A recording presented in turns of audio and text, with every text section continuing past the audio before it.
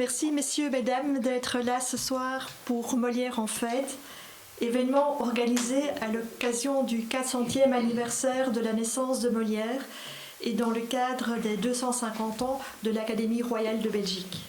Cette manifestation est organisée par Manuel Couvreur et Fabrice Freya avec l'aide de l'Académie royale des sciences, des lettres et des beaux-arts de Belgique, de l'ULB, du FNRS, de la Bibliothèque des Richeclerc, du Conservatoire royal de Bruxelles, du Conservatoire royal de Liège et de l'Église protestante de Bruxelles-Musée. Cette conférence sera suivie de la lecture intégrale du poème de Molière, La gloire du Val-de-Grâce, à l'Église protestante de Bruxelles-Musée à 20h. Nous avons l'honneur ce soir d'accueillir le professeur émérite Patrick Dandré, qui va nous entretenir de Molière et la médecine, du rire à la grimace. Manuel Couvreur, professeur à l'ULB, le présente de suite et je vous laisse la parole. Merci beaucoup, Madame Jadot. Merci, Madame Jadot. Merci à la ville de Bruxelles et à la Bibliothèque des Richeclerc en particulier de nous avoir rejoints dans ce projet avec enthousiasme. Alors, notre collègue Patrick Dandré, avec raison, n'aime pas beaucoup les présentations, je n'aime pas ça non plus, je vais donc faire bref. Effectivement, Patrick Dandré a été longtemps professeur à la Sorbonne, entre autres institutions, et son amour pour Molière remonte très loin, puisque je ne trahis rien en disant que déjà la maîtrise était consacrée à Molière, que la thèse a été consacrée à Molière selon un angle de vue qui est précisément celui qu'il va évoquer aujourd'hui, et dont j'imagine qu'il s'est considérablement enrichi au fur et à mesure d'une longue carrière qui lui assure aujourd'hui une réputation tout à fait internationale, et ça sans le faire rougir. Spécialiste de Molière, aucun doute, et je le remercie vraiment d'être là ce soir. Je le remercie aussi d'être là demain pour toute la journée. Ce sera Monsieur Molière pour le colloque que nous organisons à l'Académie, qui va cerner Molière par toute une série de visages, et il va défendre, je crois, parfois le pauvre Molière qui va être un peu attaqué demain. Et je le remercie aussi pour son attitude très confraternelle. Parce que ça n'a pas été facile à mettre en place et avec beaucoup de gentillesse, il a toujours répondu, présent, avec beaucoup d'amabilité. C'est là que je me suis dit que oui, il avait beaucoup étudié La Fontaine et que ça se sentait, que ça se voyait, que ça se percevait. Effectivement, à côté de Molière, Patrick Dandré est un grand spécialiste de La Fontaine. Il a consacré un ouvrage à la poétique de La Fontaine qui est un véritable classique. Je vais quand même le faire rougir un instant parce que je voudrais dire pourquoi j'apprécie particulièrement son travail. C'est que c'est un travail qui est sans esbrouffe. Il n'y a pas d'annonce, il n'y a pas de grande découverte, on ne fait pas de ramdam. C'est un travail de fond, de subtilité. Une connaissance évidemment parfaite et approfondie du XVIIe siècle, mais ce n'est pas ça qui me frappe chez lui. Elle n'est pas une fin en soi. Elle vient aider un regard. Et ce que j'aime particulièrement, c'est que c'est le texte qui est au centre de son regard. C'est le mot, le verbe, la chair du texte qui est là. Et lorsque vous avez terminé la lecture d'un ouvrage de Patrick Dandré, eh bien vous vous dites, tiens, j'ai chaussé de nouvelles lunettes et je vois le texte comme je ne l'avais pas vu, je le comprends comme je ne l'avais pas compris. J'ai l'impression que ce qu'il fait, d'une certaine manière, c'est un peu comme un tableau qu'on restaure et tout à coup vous retrouvez les vraies lumières qui font effectivement que tout à coup l'œuvre prend un sens global que vous n'aviez pas perçu. Et pour ça, je dois lui témoigner vraiment ma grande admiration pour cette approche extrêmement profonde et qui, à mes yeux, renouvelle souvent la lecture. Voilà. J'avais dit que je ne serais pas trop long, que je ne ferais pas trop de compliments, j'espère ne pas l'avoir fait trop, ne pas l'avoir gêné, et je le remercie encore et je me réjouis de l'entendre. Merci beaucoup. Merci. En tout cas, même si vous ne m'entendez pas très bien, c'est pour vous dire que je suis très content de vous retrouver, puisque l'an dernier, j'ai eu l'occasion de vous parler de La Fontaine. Vous savez que Molière et La Fontaine ont eu l'intelligence de naître à 1 an de distance, ce qui permet de faire l'anniversaire tous les ans. Donc l'an dernier c'était La Fontaine, cette année c'est Molière, mais rassurez-vous, je ne vais pas vous ennuyer 3 ans, parce que l'an prochain c'est Pascal. Et Pascal, c'est une autre histoire. Vous voyez, c'est moins souriant et en tout cas différemment.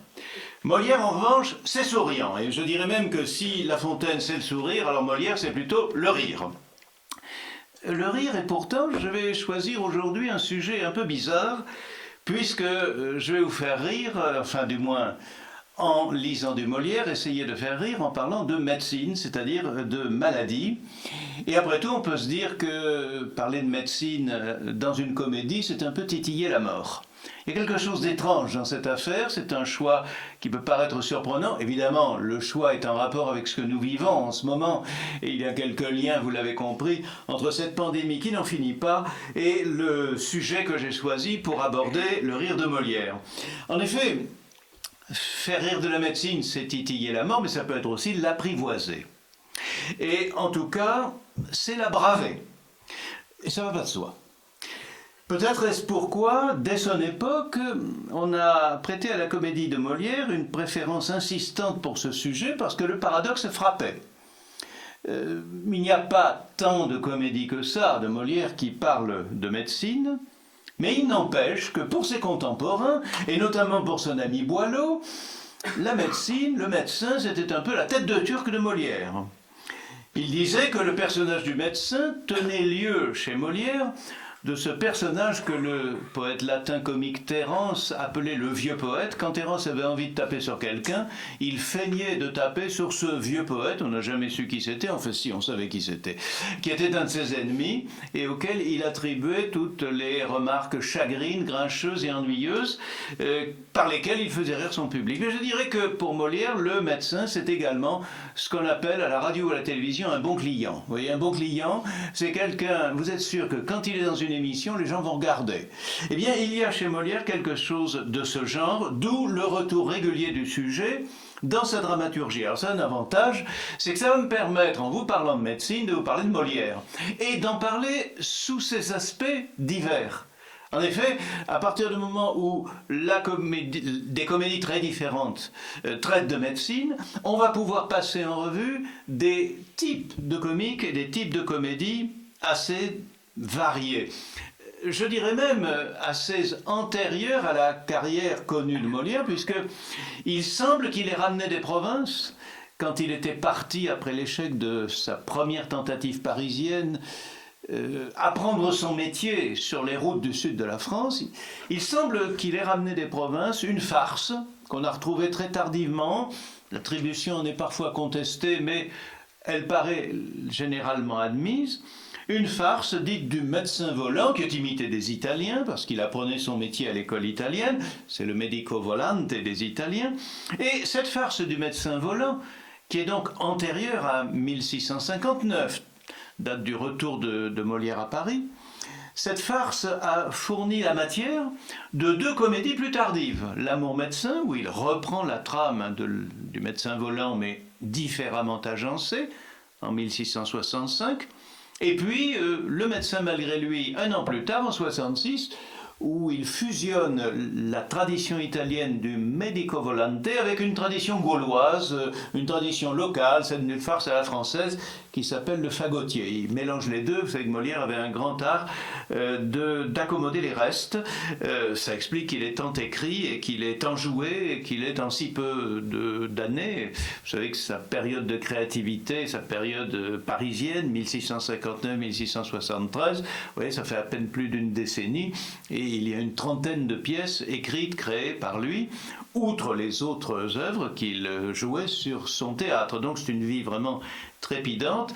Il écrivait parfois très vite et il écrivait en réutilisant des matrices anciennes. Et donc l'amour médecin comme le médecin malgré lui, 1665-1666, reprennent des éléments de la trame du médecin volant qu'il a dû créer dans les provinces aux alentours de 1650.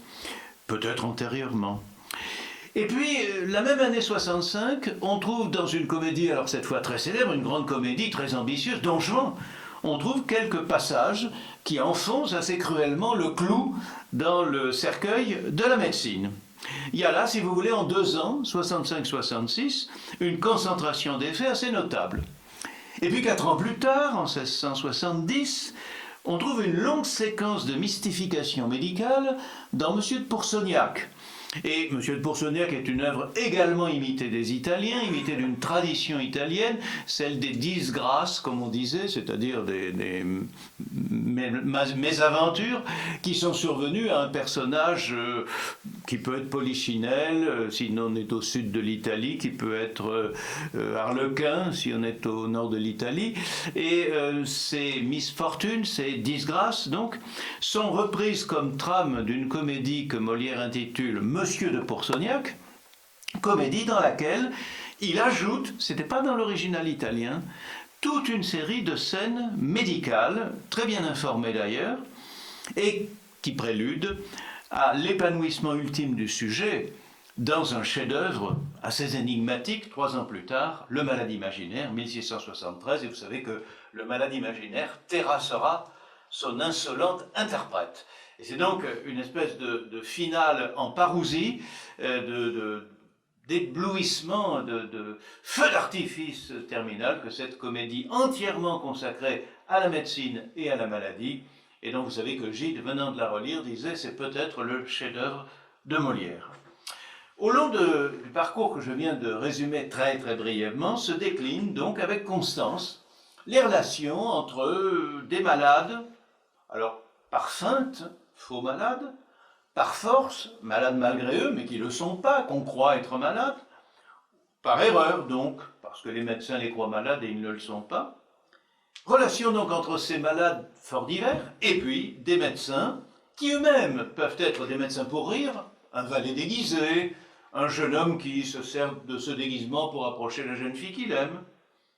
Si elle feint d'être malade, c'est assez commode.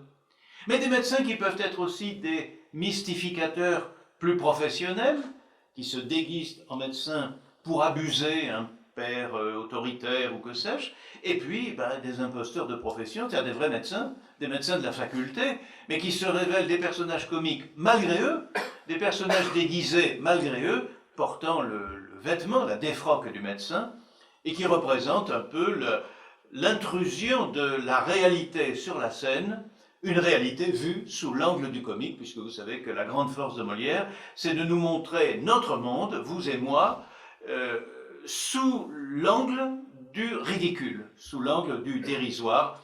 Et après tout, on peut bien penser qu'avec le temps qu'il fait en ce moment à Bruxelles, il fait très froid, que vous soyez plus de 50 à être venu écouter parler d'un auteur mort depuis 4 siècles dans une salle chauffée.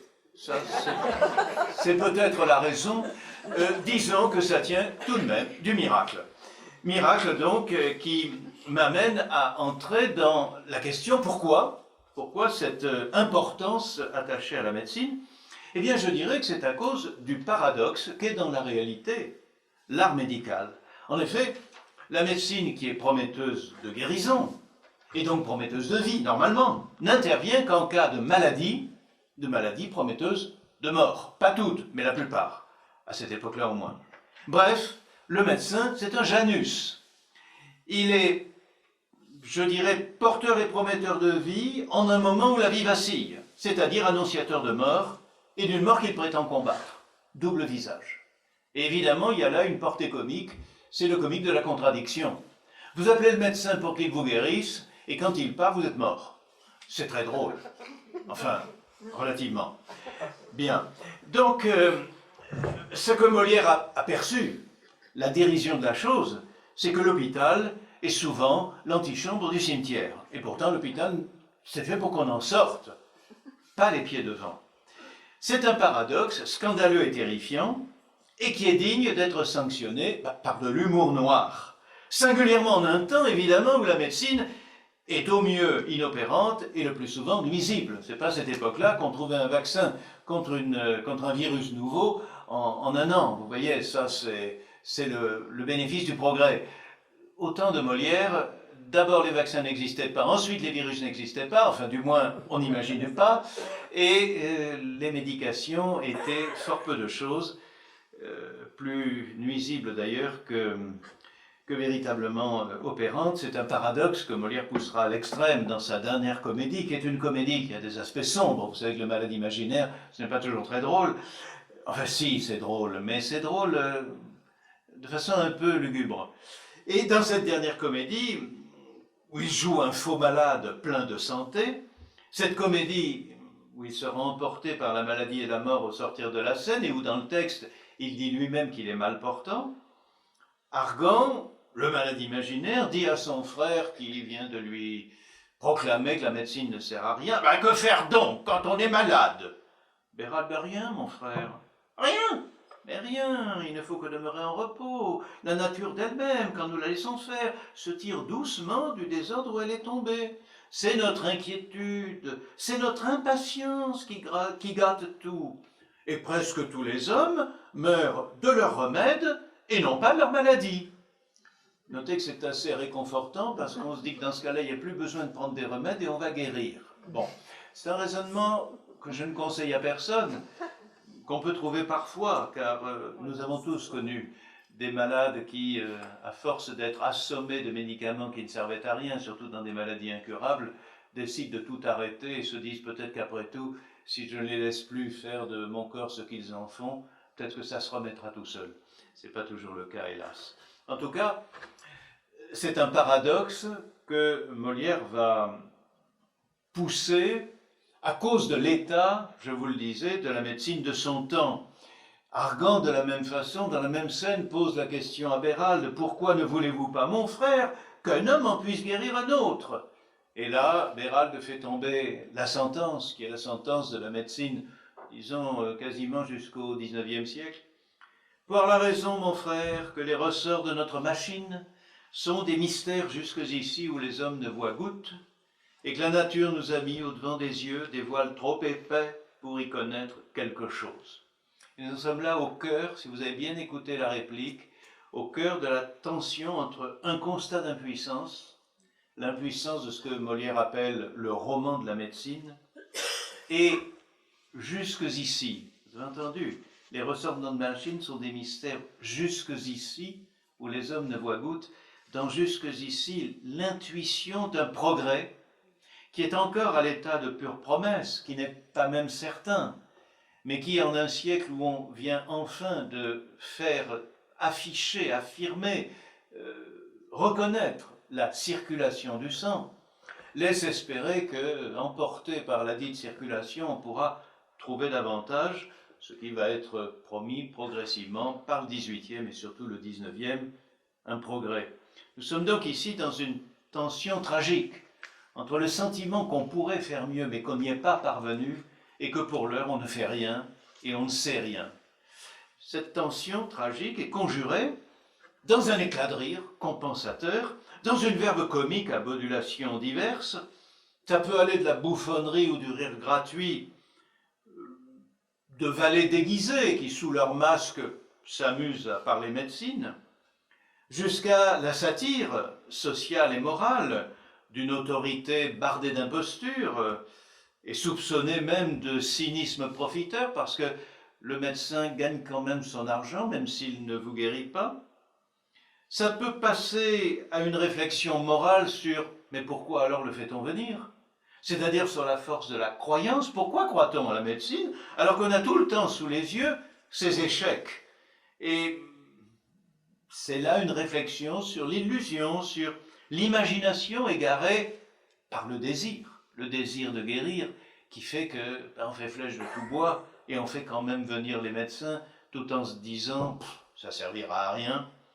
Cela jusqu'au repli sur la question personnelle, celle d'un comédien qui meurt en scène, puisque Molière mourra au sortir de la 4e représentation du Malade imaginaire, tué en quelque sorte par le rôle. Un comédien donc qui meurt dans le corps d'un malade imaginaire, ce qui ouvre sur le rapport, sur notre rapport d'altérité et d'identification à notre corps. Qu'est-ce que ce corps qui de temps en temps nous trahit et auquel nous en voulons, comme si nous n'étions pas notre corps? Il y a être un corps et avoir un corps. Hein. Alors je suis mon corps quand je me porte bien, mais quand je vais mal, j'ai un corps et j'ai un corps qui me trahit. Qui est donc ce moi s'il n'est le corps en question?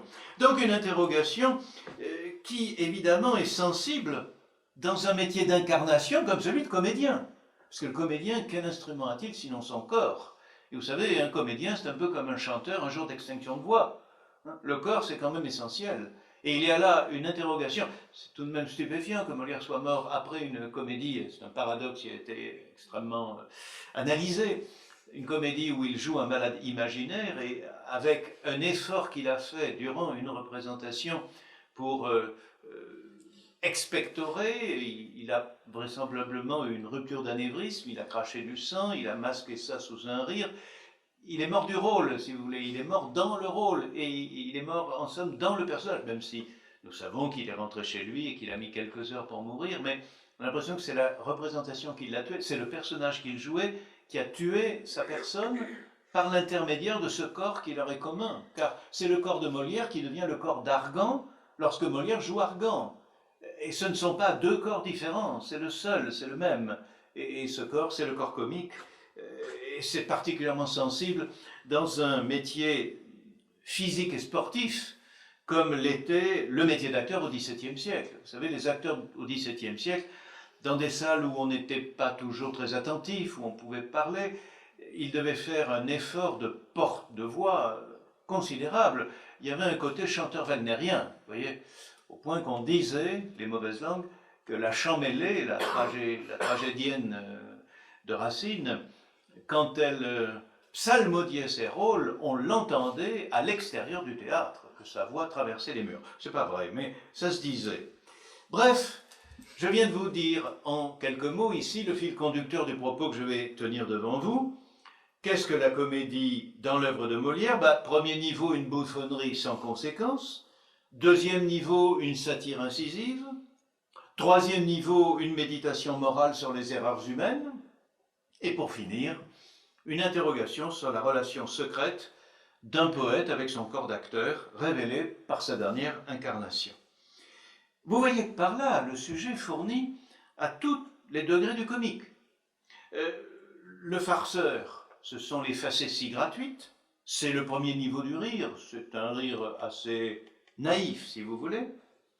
Le satirique, c'est la raillerie envers un savoir trompeur. Niveau supérieur, les sarcasmes du sceptique impie en médecine et les méditations du moraliste sur les gens qui y croient, lui qui n'y croit pas. Et puis enfin, dernier niveau, les confidences souriantes du malade malgré lui.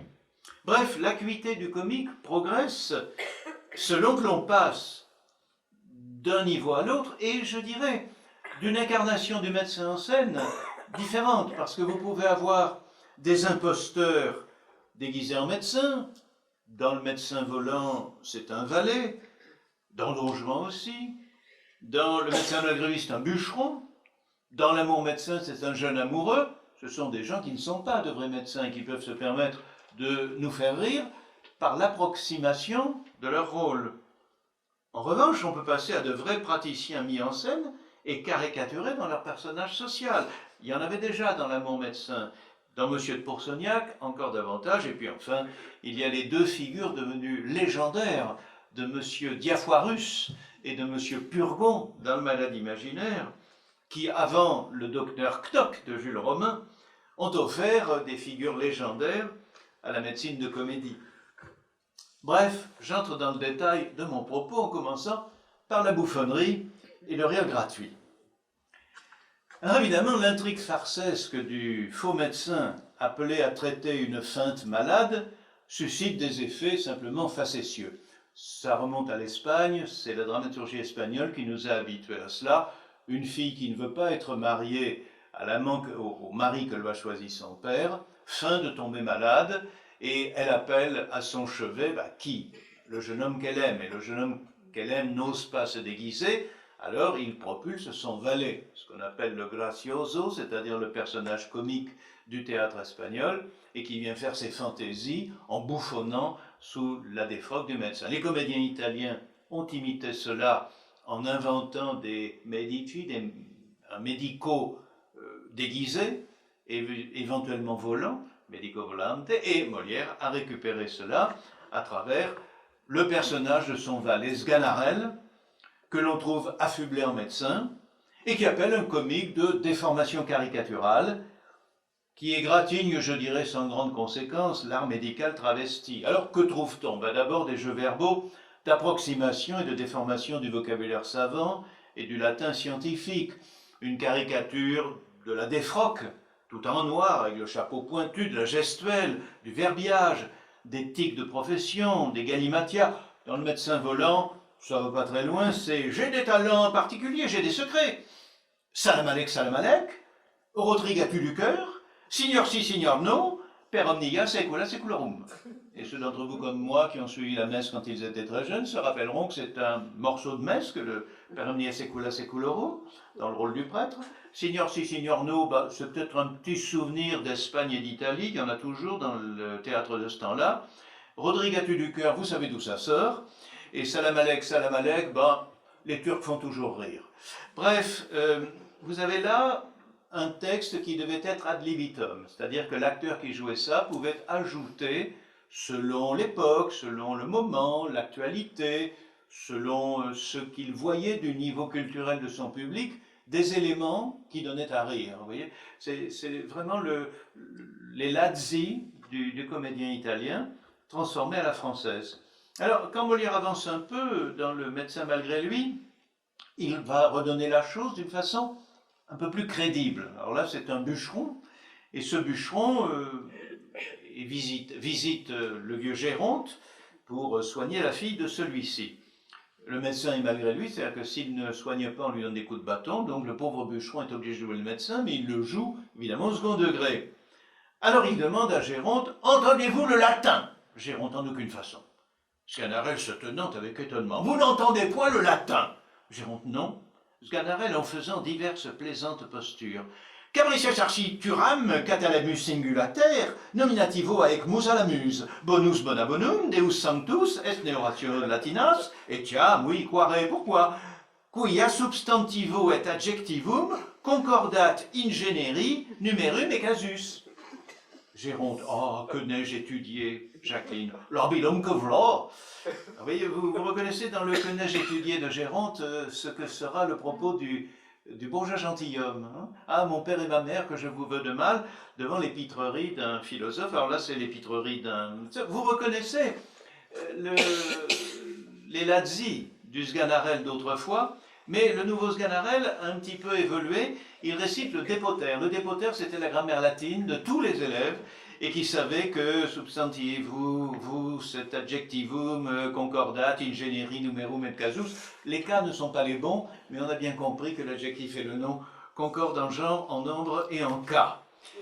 En français, ça se traduit par des incongruités médicales. Alors là, nous ne sommes plus tout à fait dans les jeux verbaux d'approximation ou de déformation, qui sont pure caricature. Là, nous sommes dans le vocabulaire médical, mais vous allez entendre... c'est pas tout à fait en place. Sganarelle. Or, ces vapeurs dont je vous parle venant à passer du côté gauche où est le foie, au côté droit où est le cœur, il se trouve que le poumon, que nous appelons en grec armian, ayant communication avec le cerveau, que nous nommons en grec nasmus, par le moyen de la veine cave, que nous appelons en hébreu cubilé, rencontre sur son chemin les dites vapeurs qui remplissent les ventricules de l'omoplate, et parce que les dits ventricules, et ainsi de suite, Géronte, on ne peut pas mieux raisonner sans doute, il n'y a qu'une seule chose qui m'a choqué, c'est l'endroit du foie et du cœur. Il me semble que vous les placez autrement qu'ils ne sont. Le cœur est du côté gauche et le foie du côté droit. Oui, cela était autrefois ainsi. Nous avons changé tout ça. Nous mettions la médecine, une méthode toute nouvelle. Je conseille ça aux professeurs quand ils commettent une erreur vis-à-vis de leurs élèves. Ce qui nous met sur le chemin de cocasseries particulièrement loufoques. Par exemple, Sganarelle rencontre Géronte, alors bon, ils sortent tous les deux leur chapeau. Sganarelle, Hippocrate dit que nous nous couvrions tous deux. Géronte, Hippocrate dit ça. Sganarelle, oui, mais dans quel chapitre, s'il vous plaît? Sganarelle, dans son chapitre des chapeaux. Et j'aime beaucoup parce que vous voyez, c'est l'humour saugrenu. C'est totalement aberrant et en même temps avec une telle logique. De temps en temps, quand on entend certaines logiques à la télévision, parmi les étudiants, parmi les collègues, le chapitre des chapeaux, j'y repense. Vous voyez, ça me donne un petit quelque chose dans le genre. À quoi s'ajoutent évidemment des aberrations logiques, je vous le disais, par exemple lorsque Sganarelle, médecin malgré lui, recommande pour guérir Lucinde devenue muette de lui donner quantité de pain trempé dans du vin, parce que c'est la nourriture ordinaire des perroquets qui sont des oiseaux loquaces. Pour retrouver la parole, n'est-ce pas? Autant être nourri comme un perroquet. Et lorsque la fausse malade, qui recouvrait la parole, assomme son père d'un déluge de récriminations sur le mariage qu'il lui interdit, Géronte, « Oh, quelle impétuosité de parole! Il n'y a pas moyen d'y résister, monsieur! Je vous prie de la faire redevenir muette. » Sganarelle, ah bah c'est une chose qui m'est impossible. Tout ce que je puis faire pour votre service, c'est de vous rendre sourd si vous voulez. Ce qui nous pousse jusqu'à, bien sûr, l'absurdité de l'humour noir. Toinette, déguisée en médecin, à Argan. Que diantre faites-vous de ce bras-là? Comment? Voilà un bras que je me ferais couper tout à l'heure si j'étais que de vous. Mais pourquoi? Vous ne voyez pas qu'il tire à soi toute la nourriture et qu'il empêche ce côté-là de profiter? Bah oui, mais j'ai besoin de mon bras. Bah vous avez là aussi un œil droit, que je me ferais crever si j'étais en votre place. Crever un œil? Mais ne voyez-vous pas qu'il incommode l'autre et lui dérobe sa nourriture? Croyez-moi, faites-vous le crever. Au plus tôt, vous verrez plus clair de l'œil gauche. Ça arrive aussi qu'on entende des raisonnements, pas tout à fait comme ça, mais un tout petit peu comme ça, chez les médecins. Et bref, nous sommes devant le degré suprême de moquerie à l'égard de la médecine dans l'ordre du dérisoire.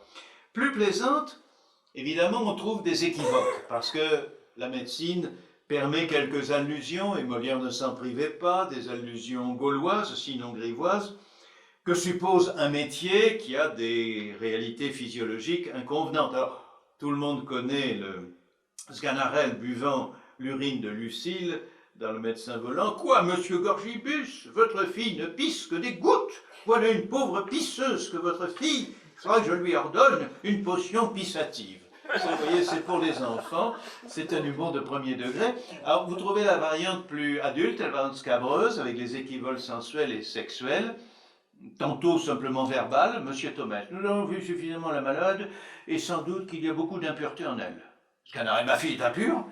Ben, je veux dire qu'il y a beaucoup d'impureté dans son corps, quantité d'humeur corrompue. Ah, je vous entends. Tantôt, c'est un jeu scénique à la façon des lazzi italiens. Sganarelle voulant toucher les tétons de la nourrice, en fonction du fait qu'il est de l'office du médecin de visiter les tétons de... C'était avant MeToo, hein, ça. Ah, mais comme je m'intéresse à toute votre famille, il faut que j'essaie un peu le lait de votre nourrice et que je visite son sein. Il s'approche de Jacqueline. Lucas, mari de Jacqueline, le tirant et lui faisant faire la pirouette. Non, non, non, non, n'a mon que fait de ça. Sganarelle, c'est l'office du médecin de voir les tétons des nourrices. Lucas, il y a mon fils qui tienne. Je suis votre serviteur. Sganarelle, as-tu bien la hardiesse de t'opposer au médecin? Hors de là, Lucas, je m'en moque de ça. Sganarelle, en le regardant de travers. Je te donnerai la fièvre. Jacqueline, prenant Lucas par le bras, lui faisant faire aussi la pirouette. Oh là, toi aussi. Est-ce que je suis pas assez grande pour me défendre moi-même? S'il me fait quelque chose qui ne soit pas à faire. Lucas, je veux pas qu'il te tâte, moi. Sganarelle, fit le vilain qui est jaloux de sa femme. C'est une époque où, effectivement, être jaloux de sa femme pouvait passer pour un peu comique, dans la mesure où les mariages étaient des mariages, disons, de convenance et de raison plus souvent que d'amour. Alors cet épisode scénique rappelle évidemment que la médecine approximative peut jouer un rôle dans l'action. Par exemple, lorsque le fagotier déguisé, malgré lui en médecin, prend le parti des amoureux, contre-père de la jeune fille, et, sous les yeux du père, leur suggère de s'enfuir en des termes maquillés de médecine. Voici ce que ça donne. Vous voyez que les humeurs sont fort aigries et qu'il est nécessaire de trouver promptement un remède à ce mal qui pourrait empirer par le retardement. Les humeurs, c'est celle du père, évidemment. Pour moi, je n'y vois qu'un seul, qui est une prise de fuite purgative que vous mêlerez comme il faut avec 2 drachmes de matrimonium en pilule. Peut-être fera-t-elle quelques difficultés à prendre ce remède, mais comme vous êtes habile homme dans votre métier, c'est à vous à l'y résoudre et lui faire avaler la chose du mieux que vous pourrez. Allez-vous en lui faire un petit tour de jardin afin de préparer les humeurs, tandis que j'entretiendrai ici son père. Surtout perdez pas de temps. Hein. Au remède, vite, au remède spécifique. Vous avez compris comment ce remède, c'est en réalité le mariage, car il y a toujours cette exigence de l'action, de l'enjeu de l'action, qui est de permettre par la visite médicale aux 2 amants de s'épouser. Tout cela, on le voit, n'égratigne guère le savoir médical. C'est plutôt une instrumentalisation, si vous voulez, et ces touches comiques ne raillent pas vraiment la médecine. Il y a pourtant des façons de jouer avec l'absurde, avec les mots, qui touchent plus profond et qui atteint par son insolence l'art médical. Quand par exemple Sganarelle, déguisé en médecin pour fuir aux côtés de son maître Don Juan, s'amuse de son art d'emprunt, et que Don Juan pousse l'amusement vers une moquerie critique et même cynique, c'est l'occasion d'une jolie passe d'armes entre le maître et le valet, le maître qui, je vous le rappelle, ne croit à rien, et le valet que nous croyons crédule, mais qui se révèle peut-être plus malin et moins crédule dans ce dialogue. Sganarelle, déguisé en médecin, 5 ou 6 paysans et paysannes, en voyant passer, me sont venus demander mon avis sur différentes maladies. Don Juan, tu leur as répondu que tu n'y entendais rien. Moi, pas du tout. J'ai voulu soutenir l'honneur de mon habit, j'ai raisonné sur le mal, et leur ai fait des ordonnances à chacun. Et quel remède encore leur as-tu ordonné? Oh, ma foi, mon Dieu, j'en ai pris là où j'ai pu en attraper, j'ai fait mes ordonnances à l'aventure. Ce sont des choses plaisantes, d'ailleurs, si les malades guérissaient, et comment vers remercier? Et pourquoi non? Par quelle raison n'aurais-tu pas les mêmes privilèges qu'ont tous les autres médecins? Ils n'ont pas plus de part que toi aux guérisons des malades, et tout leur art est pure grimace. Ils ne font rien que recevoir la gloire des heureux succès, que tu peux profiter comme eux du bonheur du malade et voir attribuer à tes remèdes tout ce qui peut venir des faveurs du hasard et des forces de la nature. Comment, monsieur, vous êtes aussi impie en médecine? Bon, c'est une des grandes erreurs qui soit parmi les hommes. Quoi? Vous ne croyez pas au séné, ni à la casse, ni au vin émétique? Mais pourquoi veux-tu que j'y croie? Ah, vous avez l'âme bien mécréante. Cependant, vous voyez depuis un temps que le vin émétique fait bruire ses fuseaux. Ces miracles ont converti les plus incrédules esprits. Il n'y a pas 3 semaines que j'en ai vu, moi qui vous parle, un effet merveilleux. Et quel? Il y avait un homme qui depuis 6 jours était à l'agonie. On ne savait plus quoi lui ordonner. Tous les remèdes n'y faisaient rien. On s'avisa à la fin de lui donner de l'émétique. Alors il réchappa, n'est-ce pas? Non, il mourut. Bah, l'effet est admirable. Ben comment? Il y avait 6 jours entiers qui ne pouvaient mourir. Cela le fit mourir tout d'un coup. Voulez-vous rien de plus efficace? Et on voit le double sens, évidemment, sur l'adjectif efficace, sur l'objet de l'efficacité.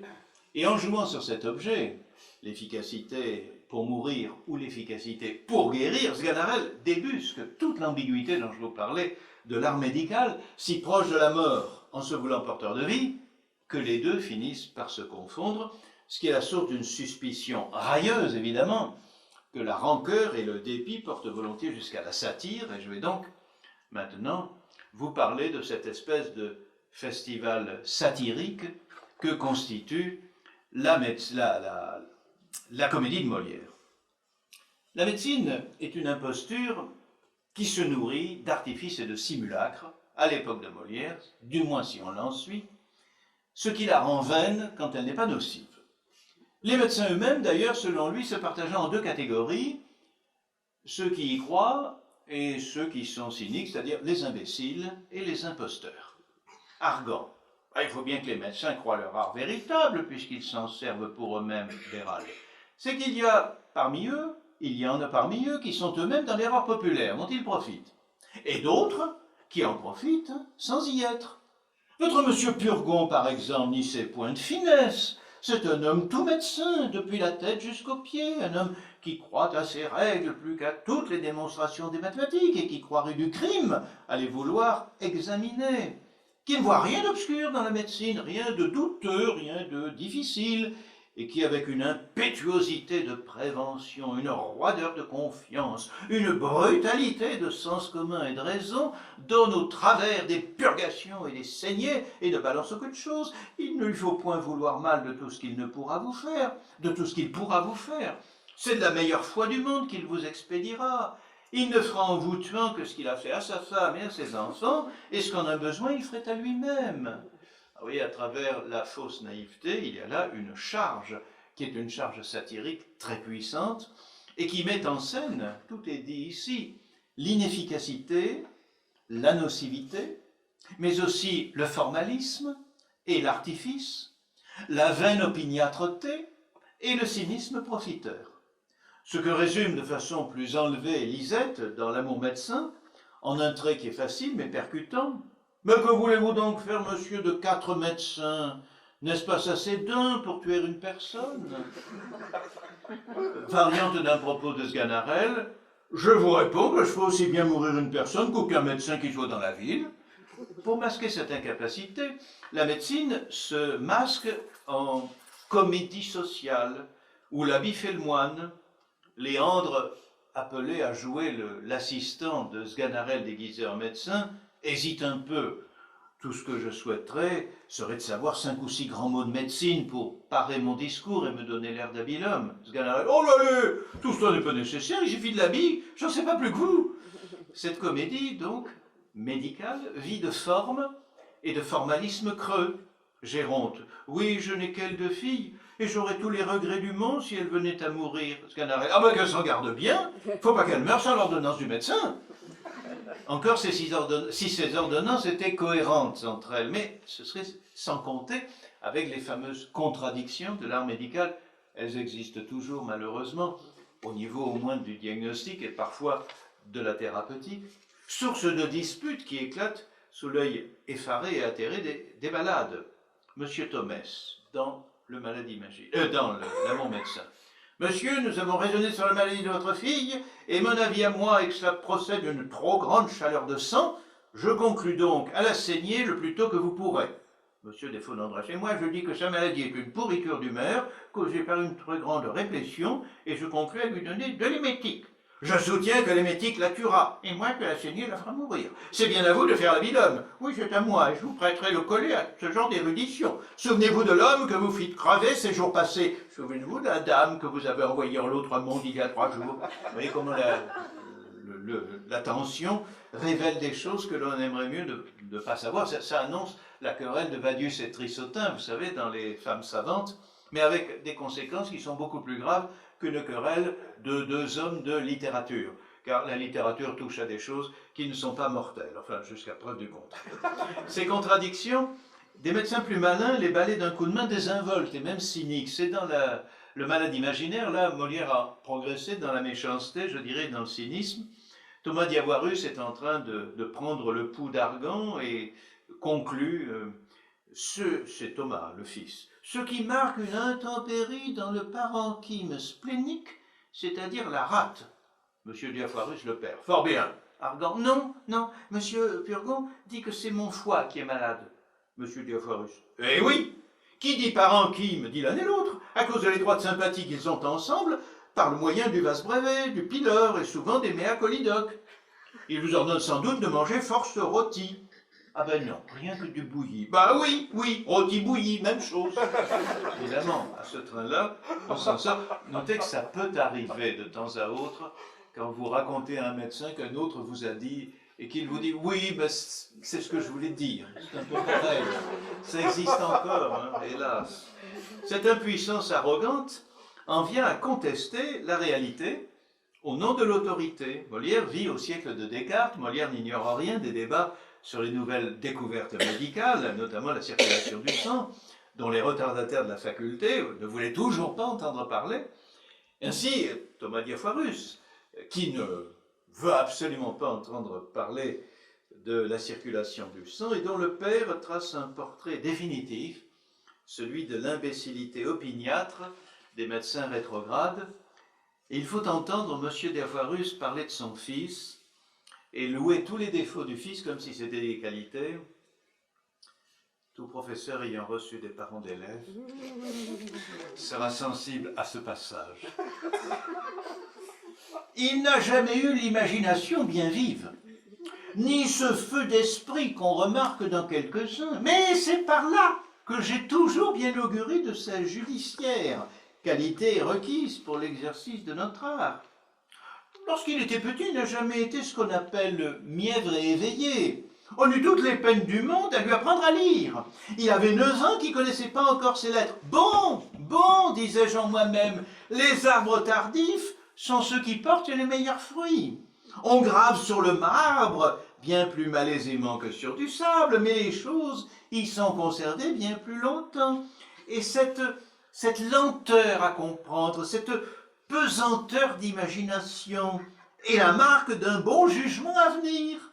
Lorsque je l'envoyais au collège, il trouva de la peine, hein, mais il se raidissait contre les difficultés, et ses régents se louaient toujours à moi de son assiduité et de son travail. Enfin, à force de battre le fer, il en est venu glorieusement à avoir ses licences, et je puis dire sans vanité que depuis 2 ans qu'il est sur les bancs, il n'y a point de candidat qui ait fait plus de bruit que lui dans toutes les disputes de notre école. Et sur toute chose, ce qui me plaît en lui, et en quoi il suit mon exemple, c'est qu'il s'attache aveuglément aux opinions de nos anciens, et que jamais il n'a voulu comprendre ni écouter les raisons et les expériences des prétendues découvertes de notre siècle touchant la circulation du sang et autres opinions de même farine. Et voilà comment un mauvais élève qui a réussi à la force du poignet et du travail devient une calamité en étant médecin. Ça me rappelle toujours ce mot de l'abbé Galliani, un siècle plus tard, à propos de l'ambassadeur de Naples dont il était le secrétaire. Il disait « Mon ambassadeur est bête et paresseux, et heureusement, parce que s'il est bête et actif, ce serait pire. »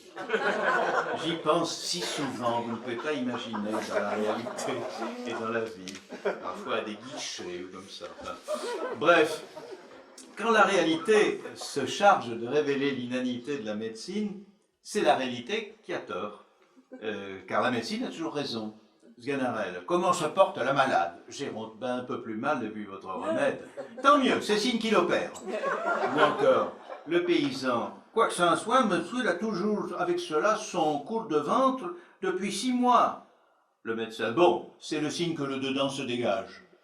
Ou encore, de manière plus péremptoire, monsieur Thomas, comment se porte son cocher? Lisette, fort bien, il est mort. Monsieur Thomas, mort? Lisette, oui. Monsieur Thomas, cela ne se peut. Lisette, je ne sais pas si ça se peut, mais nous essayons. Monsieur Thomas, il ne peut pas être mort, vous dis-je. Lisette et moi, je vous dis qu'il est mort et enterré. Vous vous trompez. Je l'ai vu. Monsieur Thomas, c'est impossible. Hippocrate dit que ces sortes de maladies ne se terminent qu'au 14 ou au 21. Il n'y a que 6 jours qu'il est tombé malade. Lisette, Hippocrate dira ce qui lui plaira, mais le cocher est mort. Mais ce débat où on a l'impression de buter contre les murs, c'est soulageant parce que ça arrive. On a tous eu des conversations avec des gens, on a l'impression que... Bon. Et pourtant, surcroît de scandale, cette imposture est profitable. L'autre inépuisable réservoir de satire, en effet, à côté de celui-ci, c'est la cupidité des médecins. Enfin, cupidité qu'on leur supposait. Je suppose qu'il y avait, comme partout, des gens très bien et des gens moins bien. Une cupidité d'autant plus scandaleuse que leurs soins sont vains. Mais c'est que l'inanité de leur art se cache justement sous le prix qu'ils en exigent, et ils demandent d'autant plus d'argent qu'ils ne réussissent pas bien, parce que c'est le moyen de se faire respecter. Comme le dit Sganarelle, je trouve que c'est le métier le meilleur de tous, car soit qu'on fasse bien, soit qu'on fasse mal, on est toujours payé de la même façon. Sommet et antithèse, c'est la conjugaison, sommet et synthèse de ce que nous avons entendu jusqu'à présent, c'est la conjugaison des différentes critiques que l'on peut faire à la médecine, l'illusoire et le nocif, l'autorité et l'inanité. Et on sait que ça prendra son apogée dans les anathèmes de M. Purgon contre Argan, qui aura refusé différé de prendre un lavement. Le médecin est pourvoyeur de la maladie, inopérant autant que ses prophéties, et quand il est en colère, il menace de vous rendre malade. Alors il y a un personnage de Molière qui est un personnage moins connu que Tartuffe, mais qui lui ressemble beaucoup, qui est un personnage assez terrible dans Le Bon Médecin, qui incarne avec un relief, une âpreté et une rosserie un peu rare quand même chez Molière, l'attaque de celui-ci contre le rôle social du médecin, combinant les défauts d'imposteur, de profiteur et de cynique. Voici la tirade de ce docteur qui s'appelle Monsieur Filérin, c'est-à-dire celui qui aime les disputes, au dernier acte de l'amour médecin. N'avez-vous point de honte, messieurs, de montrer si peu de prudence pour des gens de votre âge et de vous être querellés comme de jeunes étourdis? Puisque le ciel nous fait la grâce que depuis 30 siècles on demeure infatués de nous, ne désabusons point les hommes avec de cabales extravagantes, et profitons de leur sottise le plus doucement que nous pourrons. Nous ne sommes pas les seuls, comme vous savez, qui tâchons de prévaloir de la faiblesse humaine. C'est là que va l'étude de la plupart du monde. Et chacun s'efforce de prendre les hommes par leurs faibles pour en tirer quelques profits.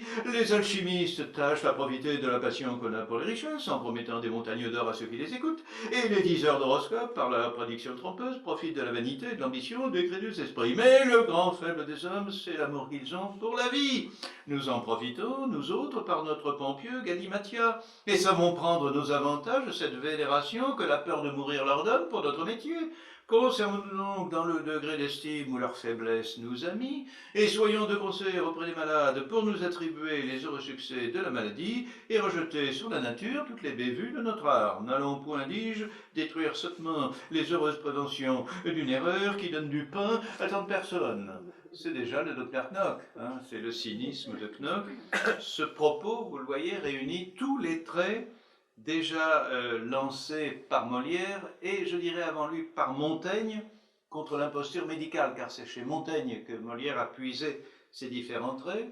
Le souci de leur réputation que les médecins préfèrent à la vérité de la science et à l'intérêt du malade, l'inquiétude devant la publicité que leurs querelles font aux incertitudes de la médecine, l'aisance financière qu'ils tirent de crimes impunis, disons-le, bref, la gratitude du profiteur comblée par l'art qui le fait vivre, l'art dont il vit, accompagné du souci politique de ménager la poule aux œufs d'or, à quoi s'ajoute le cliché qui veut que les patients trop crédules attribuent les rares succès de la médecine, de la cure, aux bienfaits des médications, et le fréquent échec de la cure aux méfaits de la nature. Alors que pour Molière, c'est tout le contraire, vous l'avez compris. Quand ça se passe bien, c'est que la nature s'est rétablie, mais la plupart du temps, ça se passe mal, et c'est en réalité plus souvent la cause des médicaments. Donc on voit que Molière a tout simplement renversé ce qu'il pense être la crédulité normale de tout un chacun. Enfin, il a étoffé et approfondi cette argumentation héritée de Montaigne en l'inscrivant dans le cadre plus large d'une dénonciation de la faiblesse humaine. C'est une optique qui est familière à son théâtre, qui est tout entier un théâtre de remise en cause des égarements de l'imagination, un théâtre de l'erreur. Vous savez que le XVIIe siècle a traqué l'erreur de façon constante. C'est un siècle qui commence avec Galilée, qui va se poursuivre avec Descartes, qui va ensuite aller à Newton. Ce sont des gens qui visent la vérité.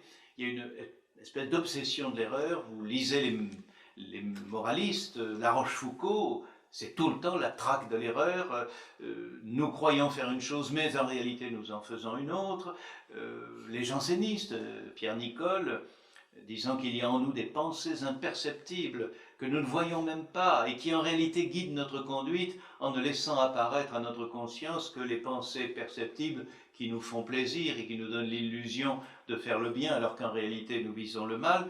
Bref, il y a une inquiétude vis-à-vis de l'erreur, ça va jusque dans le roman, songez à la princesse de Clèves, comment se tromper dans la vie, comment ne pas se tromper dans la vie. C'est un thème fondamental et ce que Molière appelle donc la faiblesse humaine trouve avec la médecine une occasion de s'incarner, de s'étudier, je dirais, et c'est un thème évidemment très constant que celui de l'illusion dupée, de l'illusion trompée par un mystificateur. Alors, en moraliste classique qu'il est, Molière s'est conféré à cet ornement comique sa dimension profondément humaine, en incluant la médecine parmi les faux savoirs, comme l'astrologie ou l'alchimie, ou les faux discours de flatterie, qui abusent les hommes par ce qu'il appelle leur pompeux galimatia. Reste que, en transparence de cela, il est un domaine qui ne nomme pas, mais qu'on devine à travers la référence. C'est le cas dans Don Juan, rappelez-vous du passage que j'ai lu tout à l'heure, et celui que nous avons maintenant, le ciel qui nous fait la grâce que depuis tant de siècles, on demeure infatué de nous. Le ciel, vous voyez, M. Filérin évoque le siècle, c'est en 1665, Tartuffe a été écrit en 64, on reconnaît ce ton. C'est celui que Molière prête aux faux dévots, hypocrites et cyniques. C'est le ton de Don Juan, se proposant la même année que l'amour médecin et un an après le premier Tartuffe, de cacher sa vie de débauche sous le manteau de la religion, en tâchant de profiter des faiblesses des hommes. Que dit d'autre M. Filérin, sinon les médecins profitent des faiblesses des hommes. Comme si médecine et religion, ça communiquait par l'intermédiaire de la croyance, autrement dit de la superstition. La croyance, la superstition, la croyance égarée, qui est l'expression de l'imagination trompée, ce qui m'amène, troisième section de mon propos, à la réflexion morale sur la force de la croyance.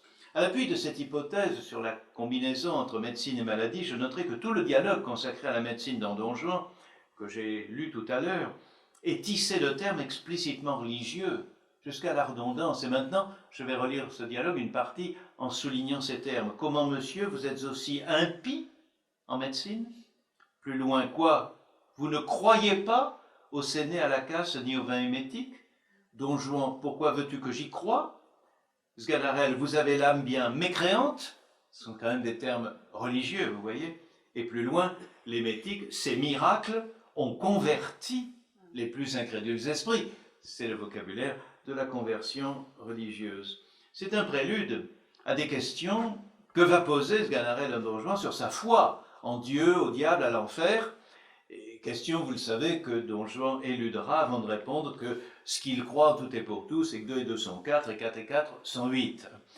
L'impression qui se dégage de tout ça, quelle est-elle? Eh bien, je dirais, c'est moins peut-être celle d'un refus raisonné de la foi chrétienne qu'assumerait allusivement un Molière athée à travers le silence de Don Juan et le bavardage de Sganarelle, que l'expression voilée d'une méfiance envers la croyance, envers toute croyance, comme incapable de rendre raison d'elle-même. Nous sommes là vraiment au siècle de Descartes, voyez-vous.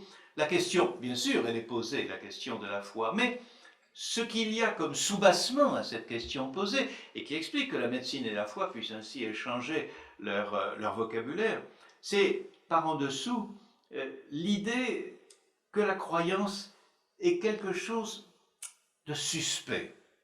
Le nœud du débat se situe peut-être moins dans la réponse de Don Juan, je crois que 2 et 2 sont 4, 4 et 4 sont 8, que Molière a reprise, un célèbre athée de cette époque, que le cri exaspéré de Sganarelle qui la précède. Mais encore faut-il croire quelque chose dans le monde? Mais encore faut-il croire quelque chose? On a l'impression que la pièce, Molière j'en sais rien, mais la pièce dit, mais pourquoi? Pourquoi faudrait-il croire quelque chose? Quel est ce besoin que nous avons, nous les hommes, de croire? Croire en Dieu peut-être, mais croire en la médecine, croire en l'avenir, croire dans le progrès, etc.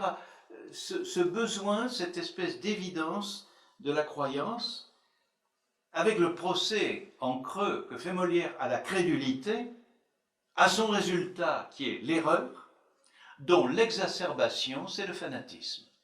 Question posée au centre du chef-d'œuvre de Molière, le misanthrope. Peut-il y avoir un fanatisme de la vertu? Est-ce que vouloir être vertueux exagérément, regardez également dans Tartuffe le personnage d'Orgon, cela ne fait pas basculer dans le fanatisme? Question dont on peut dire qu'on n'est pas véritablement sorti. Les foi trop ardentes qui poussent au fanatisme radical et éventuellement nocif, ça existe encore. Le problème donc posé par Tartuffe, confronté à la résistance de l'Église, dévie peut-être dans Don Juan, dans l'amour médecin, vers la médecine, qui est une espèce de paravent de cette audace. Dans l'amour médecin, à travers le personnage de Filérin, dans Don Juan, à travers l'interrogation de Sganarelle, avant de se trouver épanoui au terme de la carrière de Molière, dans la pièce magnifique qui conclut son œuvre, dans le personnage qui en est le héros omniprésent, le malade imaginaire bien sûr, lorsqu'il est effrayé par les menaces dont je vous parlais, les menaces fulminantes de son médecin courroucé, et qui se sent à l'article de la mort par le seul effet de ces fulminations. Monsieur Purgon, puisque vous vous êtes soustrait de l'obéissance que l'on doit à son médecin, je veux qu'avant qu'il soit 4 jours, vous deveniez dans un état incurable, oh miséricorde, que vous tombiez dans la bradypepsie, monsieur Purgon, de la bradypepsie dans la dyspepsie, monsieur Purgon, de la dyspepsie dans la pepsie, monsieur Purgon, de la pepsie dans la lianterie, monsieur Purgon, de la lianterie dans la dysenterie, monsieur Purgon, de la dysenterie dans l'hydropésie, monsieur Purgon, et de l'hydrolyser dans la privation de la vie où vous aura conduit votre folie. Ah mon Dieu, je suis mort, mon frère, vous m'avez perdu. Et ce qui m'intéresse dans toute cette avalanche, c'est le résultat, c'est le « Ah mon Dieu, je suis mort ». La clé morale de cette cascade comique vient alors par la bouche autorisée du frère du malade imaginaire, Bérald, qui est un peu le porte-parole de la raison, sinon de Molière. Bérald, quoi, qu'y a-t-il? Je n'en puis plus, je sens déjà que la médecine se venge. Je sens. Ma foi, mon frère, vous êtes fou, et je ne voudrais pas pour beaucoup de choses qu'on vous vit faire ce que vous faites. Tentez-vous un peu, je vous prie, revenez à vous-même, et ne donnez point temps à votre imagination. Vous voyez, mon frère, les étranges maladies dont il m'a menacé, le simple homme que vous êtes. Il dit, je deviendrai incurable avant qu'il soit 4 jours. Ce qu'il dit, que fait-il à la chose? Est-ce un oracle? Oracle. Qui a parlé? Il semble vous entendre que M. Purgon tienne dans ses mains le filet de vos jours et que, d'autorité suprême, autorité suprême, il vous l'allonge et vous le raccourcisse comme il lui plaît. Songez que les principes de votre vie sont en vous-même et que le courroux de M. Purgon est aussi peu capable de vous faire mourir que ses remèdes de vous faire vivre. Vous voyez qu'ici, tous ces termes que j'ai un peu soulignés en lisant nous montrent que, plutôt qu'une erreur, ou plutôt prolongement d'une erreur de jugement, Argan se sent mourir, ce qui est une erreur de sensation, une erreur de sentiment, une erreur inscrite dans son corps, qui n'est plus une erreur de tête. C'est plus un homme qui se trompe, c'est un homme qui sent autre chose que ce qu'il devrait éprouver, tout comme il se sent malade, sans l'être le moins du monde. Cette sensation, nous dit Molière, est un effet trompeur de son imagination, vous avez entendu le mot, qui enclenche en lui une foi en l'autorité suprême, c'est-à-dire divine, de M. Purgon, qui le dessaisit des principes de sa vie, lesquels résident en réalité en lui-même. Nous sommes là au cœur de l'anthropologie comique de l'erreur, au cœur de ce qui meut la réflexion de Descartes, de La Rochefoucauld, de Racine aussi, l'erreur de l'amour. Qu'est-ce que la jalousie, sinon un égarement de l'amour et une forme d'erreur? Bref, une critique et une spectrographie de l'égarement imputable à l'imagination, aiguillée par ce désir qu'on appelait alors les passions. Égarement d'imagination qui, chez Argan, s'est greffé sur la conjonction de deux passions contradictoires et sans précédent. C'est ce qui fait la force considérable, puissante, le génie de ce personnage. Il y a d'un côté un désir éperdu, un engouement égaré pour la médecine, et de l'autre une peur effarée de la maladie, c'est-à-dire de la mort. Les deux combinant leur illusion en un cercle vicieux. Une illusion d'être protégé de la mort par une médecine qui en réalité vous y conduit, et une illusion d'être malade au risque de le devenir, en dépit de son excellent tempérament, parce que comme ça on peut avoir des médecins qui vous prémunissent pour le cas où vous le seriez vraiment. Les deux s'unissant en un cercle vicieux infernal, qui fait que on ne peut pas savoir, et c'est le beau d'un personnage de comédie, c'est pas comme un personnage de roman, il n'y a pas d'analyse psychologique, on ne peut pas savoir si Argan est malade imaginaire par amour de la médecine ou par peur de la maladie, l'un étant devenu l'équivalent de l'autre. C'est sans préséance. Et c'est mis en scène d'emblée dans le monologue, vous savez, ce fameux monologue de lever de rideau, on comprend que Molière était tué à la tâche. C'est un monologue qui dure 7 ou 8 minutes, qui est très long, qui est un soliloque d'Argan stupéfiant, avec son propre corps, passant par la médiation tout à fait délétère des médications du mois écoulé. Il compte, et avec son boulier compteur, il paie son apothicaire, mais il est seul, et il repasse en mémoire les médications précédentes, et ça aboutit à cette comptabilité stupéfiante, si bien donc que de ce mois, j'ai pris 1, 2, 3, 4, 5, 6, 7 et 8 médecines, et 1, 2, 3, 4, 5, 6, 7, 8, 9, 10, 11 et 12 lavements. Et l'autre mois, il y avait à 12 médecines et 20 lavements. Ben, je ne m'étonne pas si je ne me porte pas si bien ce mois-ci que l'autre.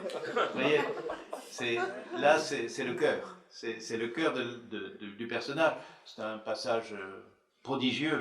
C'est une manière de dire que la médecine, science illusoire, induit l'illusion de la maladie.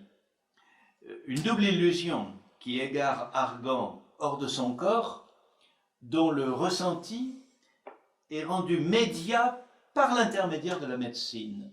Il ne communique plus avec son corps que par ce que le médecin lui en dit. Et qui de nous n'est pas tombé dans cette erreur à un moment ou à un autre? Argan, parce qu'il a un corps, ne sait plus qu'il est, au sens propre, ce corps, que sans ce corps, il ne subsiste rien de lui. Il est victime du dualisme occidental, si vous voulez, singulièrement du dualisme chrétien, qui scinde l'esprit du corps. Il est égaré hors de son corps. Son égarement d'imagination est issu de la conjonction de la peur d'être malade, c'est la peur de mourir, et de l'engouement illusoire d'être protégé de la maladie, c'est-à-dire rendu immortel par un savoir illusoire, ce qui va entraîner une perversion logique, avec ce décompte des remèdes dont il tire l'état de sa santé, mais surtout ce qu'il sent de sa santé, perversion qui est également morale, lorsqu'il veut faire épouser à sa fille un fils de médecin, et qu'on lui demande, mais enfin pourquoi avec tout le bien que vous avez, voulez-vous qu'elle épouse un médecin qu'elle n'aime pas? Mais c'est pour moi que je lui donne ce médecin. Et une fille de bon naturel doit être ravie d'épouser ce qui est utile à la santé de son père. Vous avez là un narcissisme égocentrique et une colère qui va se déclencher contre n'importe qui contredira cet égarement et qui ne serait pas aux petits soins de ce narcissisme. Argan, en somme, est le dernier d'une cohorte d'égarés dont l'idée fixe se bloque sur des valeurs plus ou moins solides, dont ils s'engouent jusqu'à en faire leur religion. Argan présente un curieux mélange d'attraction et de répulsion envers la médecine qui tantôt l'enchante, tantôt le terrorise, et un mélange également d'attraction et de répulsion vers sa maladie, qu'il chérit autant qu'il la redoute, même si elle n'existe pas. Son apparent désir d'être guéri s'associe à un secret plaisir d'être malade pour être soigné et dorloté, parce que de toute façon, il ne ressent aucune souffrance de son mal prétendu. Il n'y a qu'à voir le courroux qu'il déclenche, et que déclenchent ceux qui lui trouvent meilleure mine. Signe de son plaisir ambigu à se sentir mal, quelque peur qu'il en ait.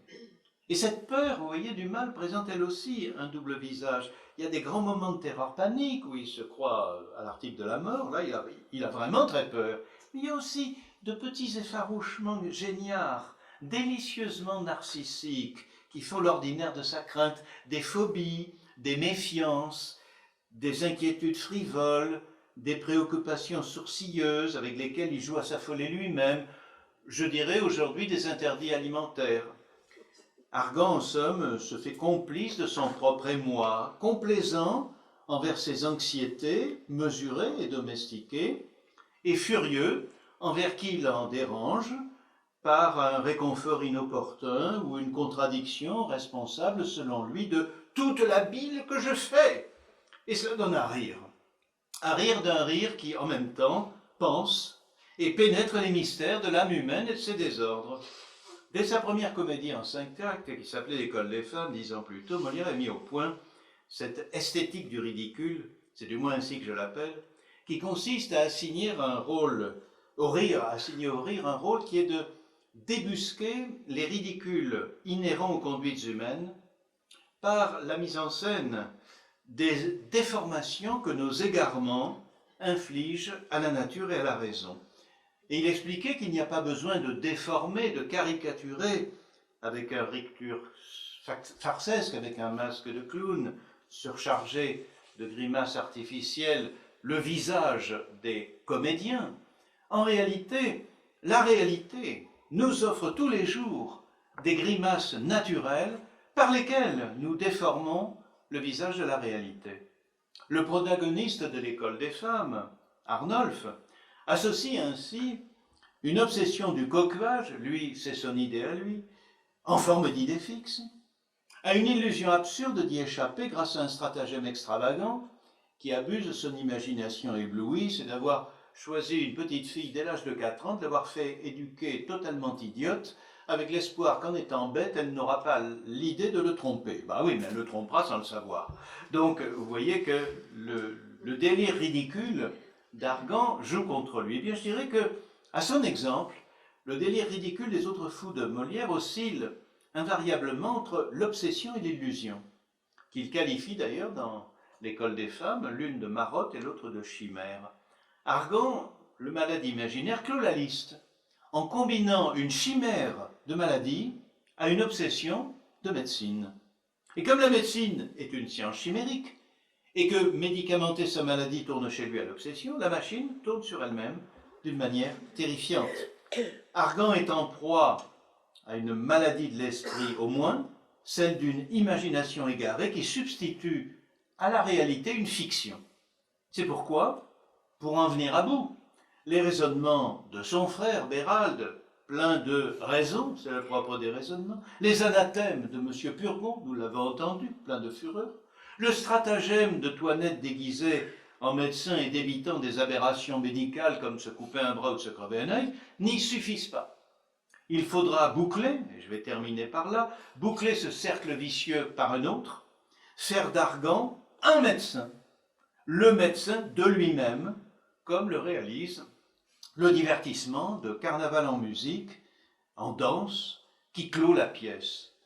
Enfermé dans ce qu'il faudrait appeler son solipsisme, Argan, à jamais, entretiendra sa maladie imaginaire en la traitant par une médecine chimérique.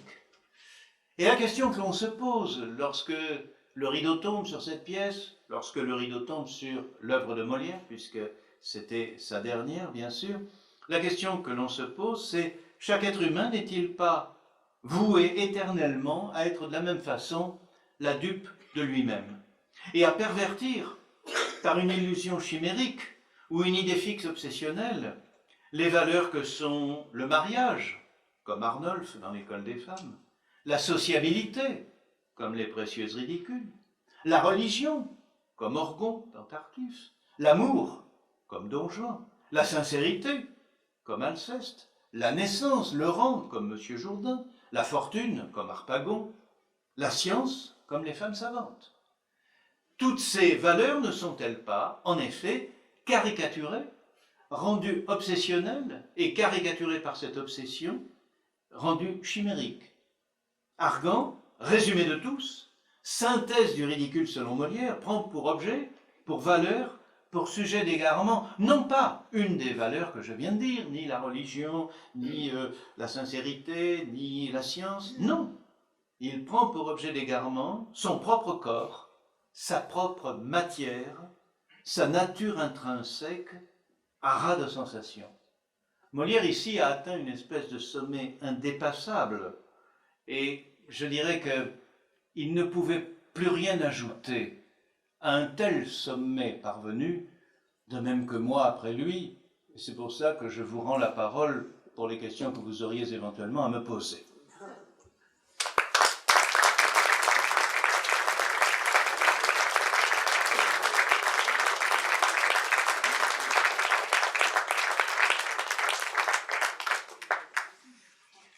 Je n'ai, comme annoncé, pas traité la quatrième partie sur le rapport de Molière avec son rôle de malade imaginaire.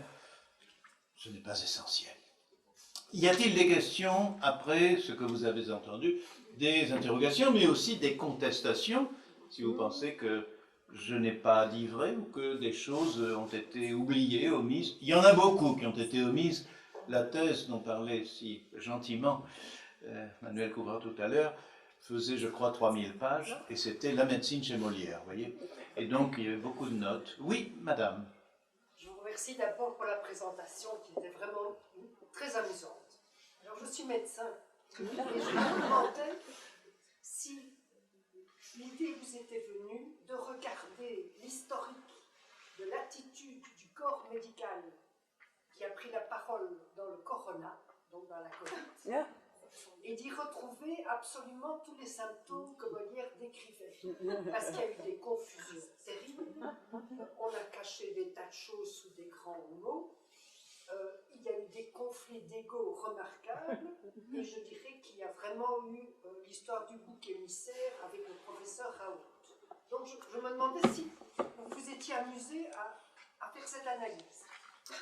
Vous me rappelez la phrase de Montaigne, « La plupart de nos vacations sont farcesques ». C'est-à-dire que dès que nous faisons quelque chose, effectivement, la farce sociale joue. Alors, je ne veux pas me faire d'ennemis, donc je ne vous dirai pas que tout a été traité de cette façon, mais ce que je peux vous dire, c'est que durant cette affaire, on a vu, confirmé, avec des termes nouveaux, ce que Molière décrit dans le Malade imaginaire, c'est-à-dire l'effet placebo et l'effet nocebo. Puisqu'on a mis en valeur, bon, l'effet placebo, ça c'est tous les patients du professeur Raoult, et puis aussi l'effet nocebo, dans la mesure où il y a eu, vous le savez mieux que moi, des panels de malades, on mettait la piqûre, et certains qui n'avaient pas subi le vaccin développaient les effets secondaires nuisibles uniquement parce qu'ils les connaissaient et en étant persuadés, évidemment, de la meilleure foi du monde, qu'ils les éprouvaient. Et donc, je dirais que peut-être beaucoup des effets nuisibles des médicaments sont dans la notice qu'on lit avant de les prendre. Cela peut vous produire tel et tel effet. Il y a des gens très impressionnables chez qui ça arrive bien. Argan met cela en scène et j'ai l'impression que les anathèmes de M. Purgon, c'est un peu l'effet nocebo. Ah, je sens que je meurs, parce qu'il le lui a dit. C'est vrai que lorsqu'on est particulièrement impressionnable, lorsqu'on est affaibli, quand on est malade, on est affaibli, la parole du médecin a une importance considérable. Nous avons tous cette expérience. Et si on a le malheur d'être un peu hypocondriaque, c'est mon cas, je ne sais pas si c'est moi qui ai choisi mon sujet sur l'hypocondrie chez Molière ou si c'est le sujet qui m'a choisi, mais il y a quelque chose de ce genre. Je dis un jour, il y a bien des années, à mon médecin traitant, je sens des fourmis dans les oreilles, il rigole, il me dit « Ah, c'est déjà la sclérose en plaques !» Mais ça m'a rendu insomniaque pendant 2 mois. Vous voyez, il a eu le temps de me le dire. Un autre, ça m'aurait peut-être pas fait le même effet, encore que, à force de lire Argan, n'est-ce pas, on devient très semblable à lui. Alors, je dirais qu'effectivement, tous les jours, on voit du Molière, tous les jours, on se dit, tiens, c'est du Molière, mais on commence par soi-même. Et donc, je n'oserais pas plaquer cela sur les médecins qui, après tout, se sont bien défendus pendant cette crise, parce que ils ont trouvé, et nous en sommes sortis. Et pour moi qui suis contemporain des grandes épidémies de peste noire et pas noire, je trouve quand même qu'on s'en est très très bien sorti. Et chapeau, la médecine, et quelle chance, quel bonheur d'être dans une période de progrès, et avec de surcroît cette nouveauté qui consiste à introduire dans la cellule l'agent correcteur. Ce sont des avancées de médecine qui sont en même temps des avancées de thérapie. Le grand drame de l'époque de Molière, c'est que quand il y avait des avancées théoriques, elles ne trouvaient pas encore leur application pratique. On commençait à mieux connaître le corps humain, mais avant de trouver une application, il allait falloir beaucoup de temps. Et c'est une science, la médecine, qui, comme beaucoup d'ailleurs, a tout à coup explosé. Et alors là, ça devient presque terrifiant. J'ai appartenu à un groupe de travail à la Sorbonne. Nous sommes fusionnés avec une université qui est Jussieu, et donc avec l'hôpital de la Pitié-Salpêtrière. Nous avions une de nos collègues dans ce groupe de travail qui parlait des maladies de la dégénérescence cérébrale, que l'on appelle abusivement l'Alzheimer. Vous avez vu la couleur de mes cheveux, donc je m'inquiète, comme tout le monde, bien sûr. Et on voyait l'avancée. Et moi qui suis spécialisé de la mélancolie, puisque ma thèse portait sur la maladie et la médecine chez Molière à travers, en sous-titre, l'imaginaire de la mélancolie qui était la bile noire, c'est-à-dire quelque chose qui n'a jamais existé, j'ai appris qu'elle est tombée du tableau des maladies mentales. Alors là, ça a été un gros choc pour moi, puisque non seulement j'ai travaillé pendant 40 ans sur une maladie qui n'existait pas, mais en plus sur une maladie qui n'existe plus. Alors, ça fait beaucoup. Et il y a une chose que j'aime raconter, qui est privée, mais après tout, on peut bien le révéler. Il m'avait donné rendez-vous une demi-heure avant pour qu'on mette un peu les choses en place dans un café. Et il m'a envoyé un SMS, on dit ça, je crois, en me disant « j'aurai 10 minutes de retard ». Et vous voyez, de la part d'un acteur comme lui, un petit prof comme moi, m'envoyer un message pour me dire « j'aurai 10 minutes de retard », j'ai trouvé ça très bien. C'est professionnel. Et c'est en même temps courtois. Et parfois, on le présente comme un personnage, peut-être, ramenant les choses à lui. Ou, en réalité, derrière, il y a un être humain qui est tout à fait différent et qui est à la fois très attentif au professionnalisme, ses effets sont très calculés, et en même temps attentif aux autres. Oui. Donc je tenais à le dire et à rapporter cette affaire. Alors oui, nous allons dialoguer, j'espère que je ne serai pas trop véhément, parce que de temps en temps, il m'entraîne dans sa faconde, vous voyez. Ça ne s'entend pas très bien, mais je suis méridional, vous voyez, je suis né à Bordeaux, et donc en dessous du 45e parallèle. Alors, j'ai un peu tendance à parler beaucoup, et nous avons déjà enregistré la chose, et je me demande réflexivement si je n'ai pas été un peu trop abondant, un peu trop... Mais comme je ne me regarderai pas parce que je ne me supporte pas, ce sont les autres qui me le diront. Voilà. Bon, on y va. Merci.